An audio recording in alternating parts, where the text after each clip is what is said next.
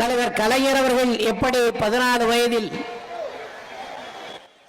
திருவாரூர் வீதியிலே தமிழ் கொடி ஏந்தி தன்னுடைய கடமையை நிறைவேற்றுகிற வகையில் போராட்ட குணத்தோடு பயணித்தாரோ,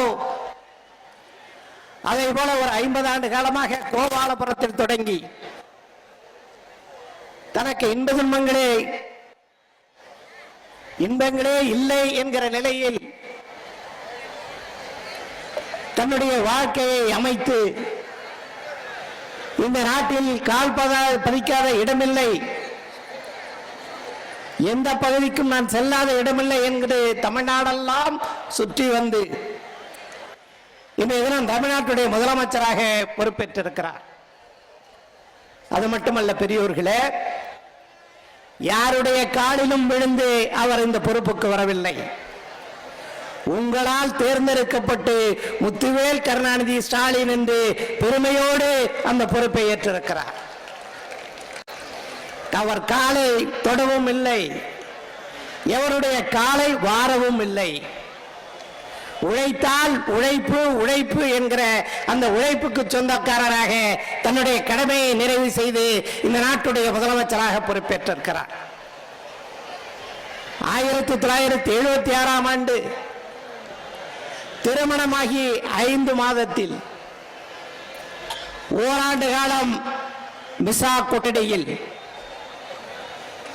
நன்றாக எண்ணி பாருங்கள் சகோதரிகளே, தாய்மார்களே, பெரியோர்களே, திருமணமாகி 5 மாதத்தில் தன்னுடைய இளம் மனைவியை விட்டுவிட்டு ஓராண்டு காலம் சிறைச்சாலையில் இருந்து புடம் போட்ட தங்கமாக வெளியே வந்தவர்தான் இன்றைய முதலமைச்சர் முத்துவேல் கருணாநிதி ஸ்டாலின்.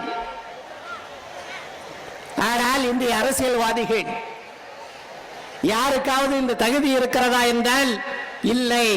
அத்தனை தகுதிகளையும் பிறந்தவர் தான் இந்த நாட்டுடைய முதலமைச்சராக நம்முடைய முத்துவேல் கருணாநிதி ஸ்டாலின் இருக்கிறார்.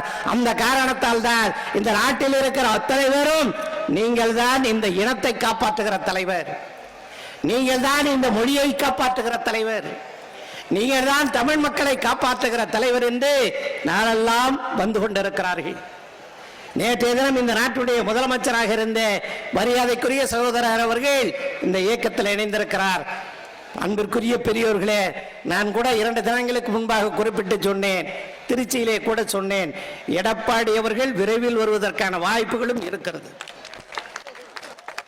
ஏனென்றால் அவர் அனவகையாக நிற்கதியாக நிற்கப்படுவார் என்பதற்கு அது நாங்க ஒன்றும் சொல்ல வேண்டியதில்லை, எடப்பாடியே மோடி அவர்கள் செய்து விடுவார்.